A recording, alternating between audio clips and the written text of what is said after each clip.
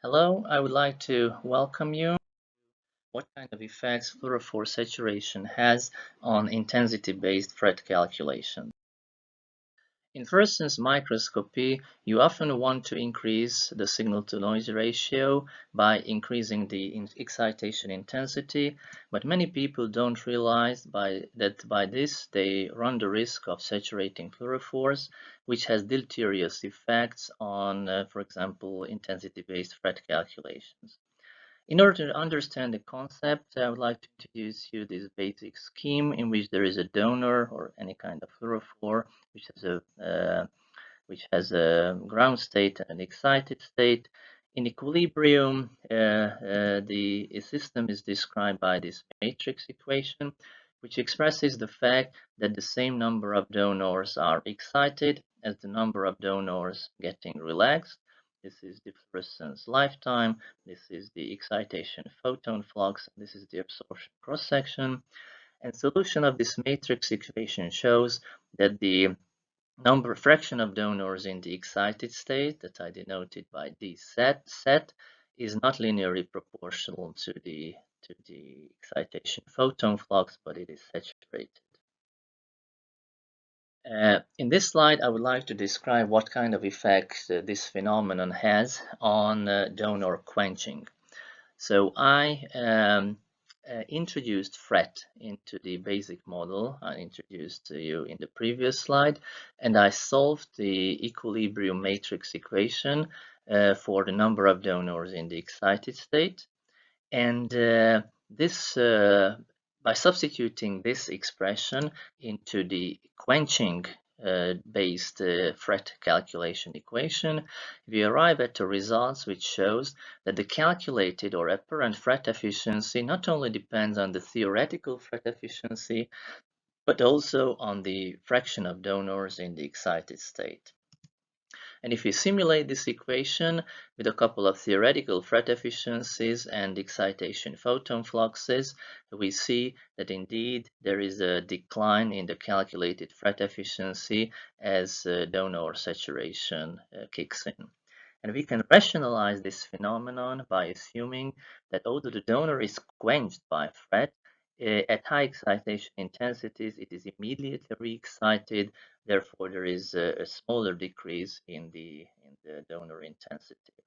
But this also provides us with a way to compensate this effect, that is by expressing the theoretical FRET efficiency from this equation, we arrive at an equation with which we can actually correct or calculate the FRET efficiencies, assuming we know the fraction of donors in the excited state.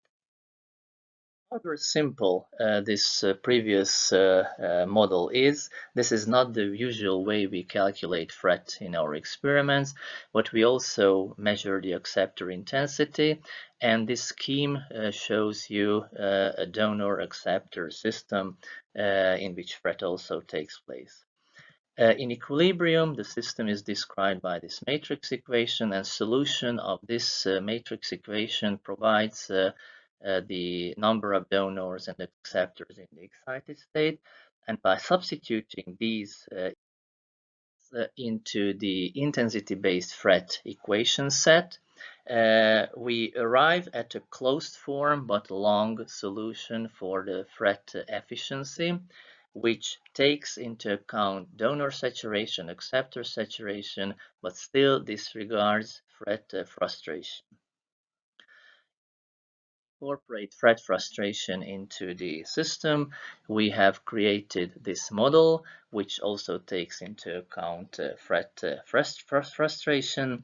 And using a similar approach, we have written the matrix equation describing the equilibrium situation. And by substituting these expressions for the equilibrium concentrations of these molecular species into the intensity-based FRET equation, we can solve for the FRET efficiency numerically, so we found only a numerical solution.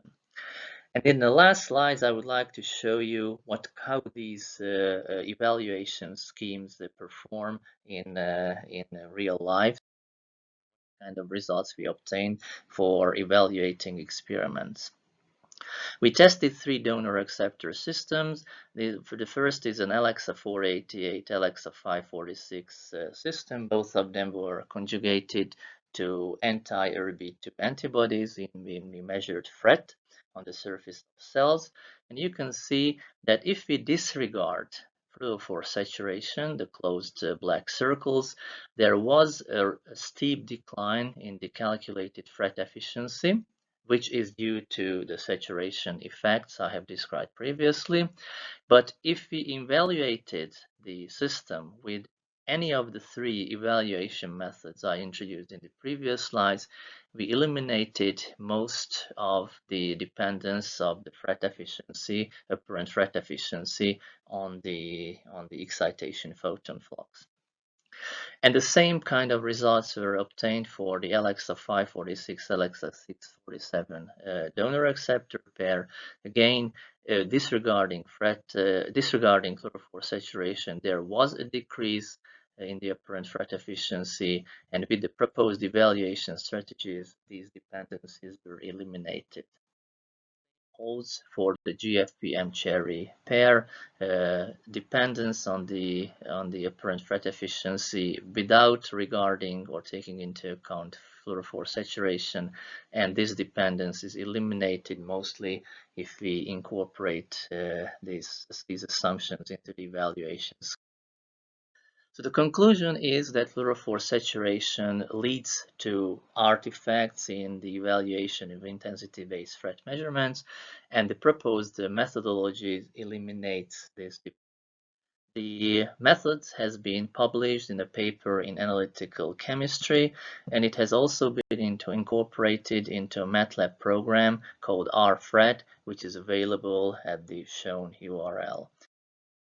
I would like to thank you for your attention and thank my colleagues, especially Agnes Sabo and Timea Sendisatmari, for performing the experiments.